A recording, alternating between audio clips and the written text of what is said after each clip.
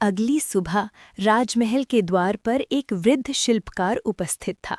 शरीर दुर्बल, केश श्वेत, किंतु नेत्रों में अद्भुत तेज था।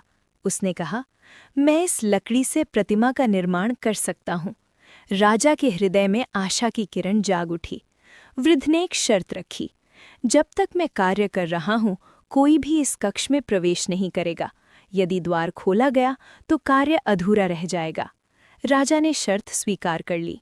दारू ब्रह्म को एक बंद कक्ष में स्थापित किया गया और वृद्ध शिल्पकार भीतर प्रविष्ट हुआ। द्वार बंद हो गया।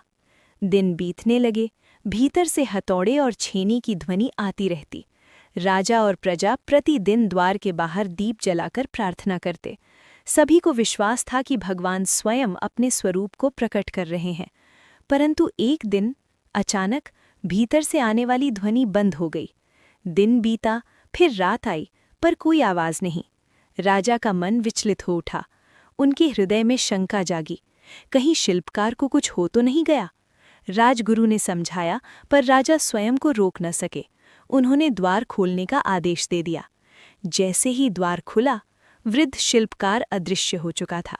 कक्ष के भीतर केवल भगवान जगन्नाथ, बलभद्र और सुभद्रा की मूर्तियां थीं, अद्भुत, दिव्य, पर अधूरी। राजा स्तब्ध रह गए। तभी आकाशवाणी हुई, हे इंद्रद्युम्न, शोक मत करो, यही मेरा स्वरूप है।